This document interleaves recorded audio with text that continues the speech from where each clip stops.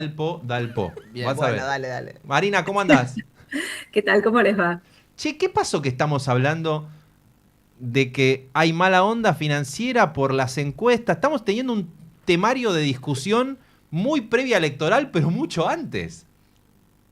Sí, a ver, había una cosa que era medio una anomalía, ¿no? Uno, cuando planteaba los escenarios, uno decía, claramente hubo una normalización financiera bastante agresiva después de las elecciones. Digo, el riesgo país llegó a tocar, a quebrar los 400 puntos hacia abajo.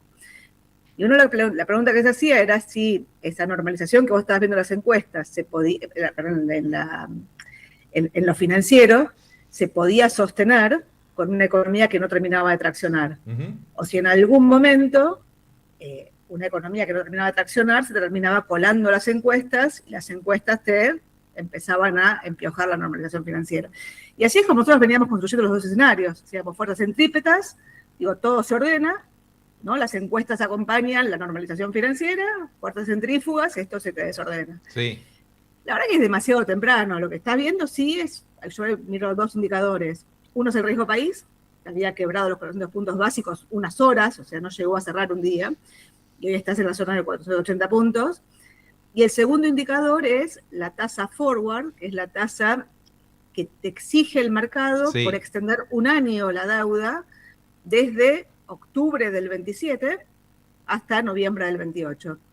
Y esa tasa que había arrancado arriba del 13%, casi 14%, había caído a la zona de 10,5 hace 2 semanas atrás, y hoy está de nuevo en el 12. Entonces, de nuevo, todavía estás con indicadores financieros, si querés digo, que todavía te acompañan.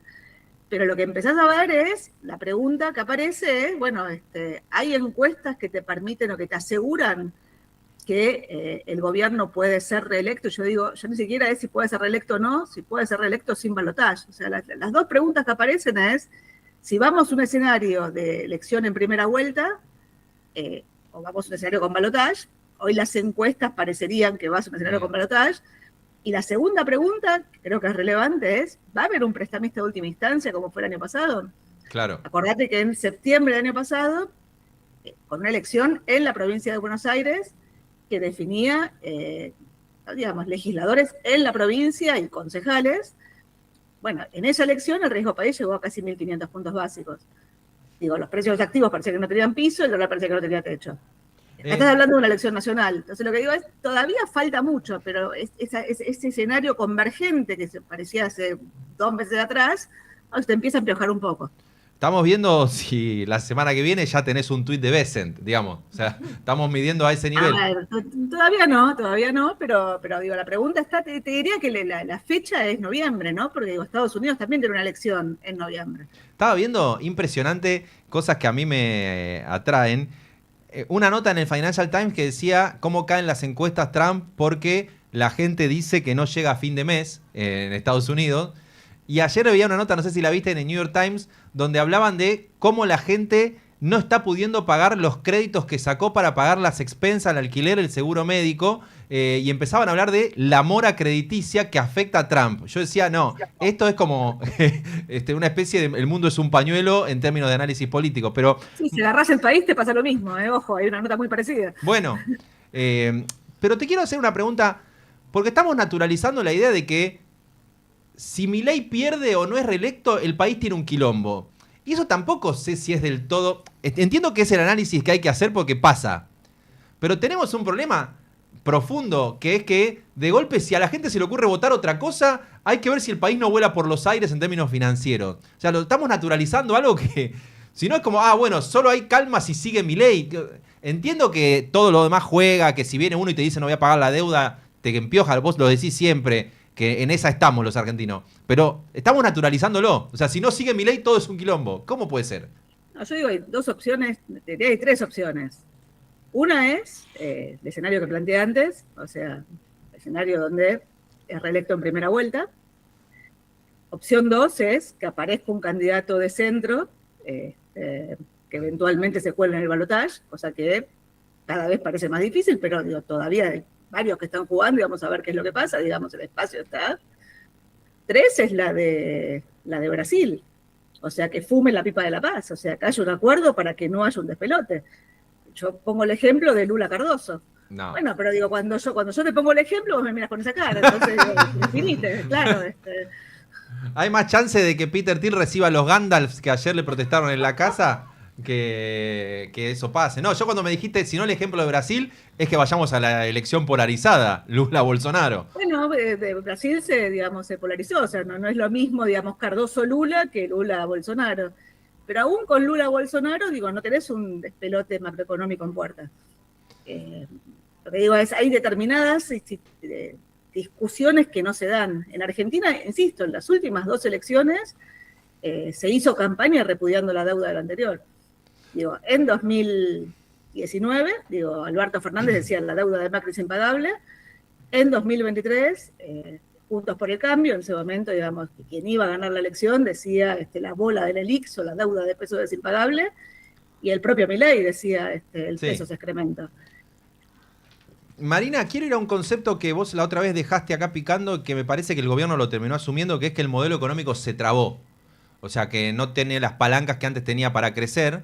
Y aparece Caputo el otro día anunciando que van a, y ya lo hicieron, flexibilizar quién puede en el mundo empresario tomar créditos en dólares, corrigiendo en parte una medida post estallido de la convertibilidad donde se trató de prevenir el hecho de que no tomen deuda en dólares los que no generan dólares. ¿Eso puede funcionar como motor del crecimiento o nos estamos comprando un quilombo? A ver, yo lo que creo es que, vamos por partes, o sea, Argentina, digo, desde la elección, desde 2001 para acá, desde la crisis de 2001 para acá, se prohíbe el financiamiento en dólares a quienes no valorizan dólares con fondeo de depósitos. Uh-huh. Hace un año más o menos se habilitó la posibilidad de entregar financiamiento en dólares cuando el fondeo era propio. ¿Cuál era la dificultad de que el fondeo sea propio? Era que el crédito era mucho más caro. Uh-huh. Ahora, cuando vos mirás la dinámica de los depósitos, hoy los depósitos en dólares volvieron a la zona de 40.000 millones de dólares. Cuando vos mirás el crédito en dólares, hoy está en la zona de 24.000 millones de dólares. Está cerca del 60% de los depósitos. Mi lectura es que ese número del 60% es el número a donde el sistema financiero está de alguna forma cómodo. En gran medida porque el fondeo, porque así como el fondeo es de corto plazo, los depósitos en gran medida son de corto plazo, son fundamentalmente prefinanciación de exportaciones. Acordate que vos tuviste 3 momentos, digamos, de dificultad con los dólares. Uh-huh. Uno fue en 2001, donde se fue el 20% de los depósitos, uh-huh. No estaban backupeados los depósitos con reservas, o sea, había habido un multiplicador del crédito que hacía que las reservas no te alcanzaran para financiar la corrida de depósitos. Uh-huh. Un segundo momento en 2012, cuando después de la especificación asimétrica y la recreación de los depósitos en dólares, se fue la mitad de los depósitos del sistema financiero con el cepo. Y un tercer momento que fue en 2019, después de la elección de Macri, donde también se fue la mitad de los depósitos. Y Argentina, no volvió a tener una crisis bancaria. O sea, se fue la mitad de los depósitos, el sistema financiero logró afrontar la salida de la mitad de los depósitos. Es poco eficiente. O sea, es poco eficiente que haya una economía bimonetaria, pero la economía bimonetaria existe, y es poco eficiente que los depósitos estén guardados en encajes y que no se puedan intermediar. Ahora, dada la volatilidad de la Argentina y dada la inestabilidad, o esta pregunta que hacías vos, ¿cómo puede ser que estemos discutiendo esto cada la elección?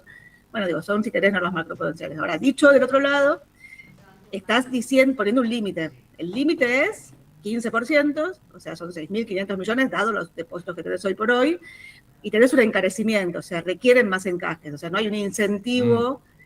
Mi lectura es que de corto plazo, frente a la incertidumbre electoral que tenés, esto va a tener relativamente poco impacto. Claro, ¿quién va a ir a tomar un crédito en dólares cuando olor a que no se sabe qué pasa con el dólar? En dólares, o sea, mi sensación es los bancos con extranjeros no, pero creo que no tiene demasiado impacto. El gobierno está mirando, si querés, a los desarrolladores, están pensando. Ahora, sí, este escenario se extiende, sí, la inocencia fiscal funciona, sí, la dolarización, digamos, del sistema financiero se acelera. Bueno, en todo caso puede ser una discusión más para adelante. ¿Cuáles son los 2 mecanismos de generación de depósitos? Uno es la compra de dólares de los particulares, que los dejan dentro del sistema. Uh-huh. 2, en la mirada del gobierno, es que la inocencia fiscal, en su segunda versión, que todavía está en el Congreso, termina de destrabarlo y genera un aumento de los depósitos. O sea, hoy eso no está pasando. Ahora, dejame un solo comentario más. El ministro, cuando lo presenta, dice específicamente que esta vez es distinto, porque hoy no hay un multiplicador del crédito. ¿Qué significa un multiplicador del crédito? Significa que hay un aumento en los depósitos se prestan, los préstamos en alguna medida se van a los depósitos y se vuelven a prestar. Ese es el multiplicador.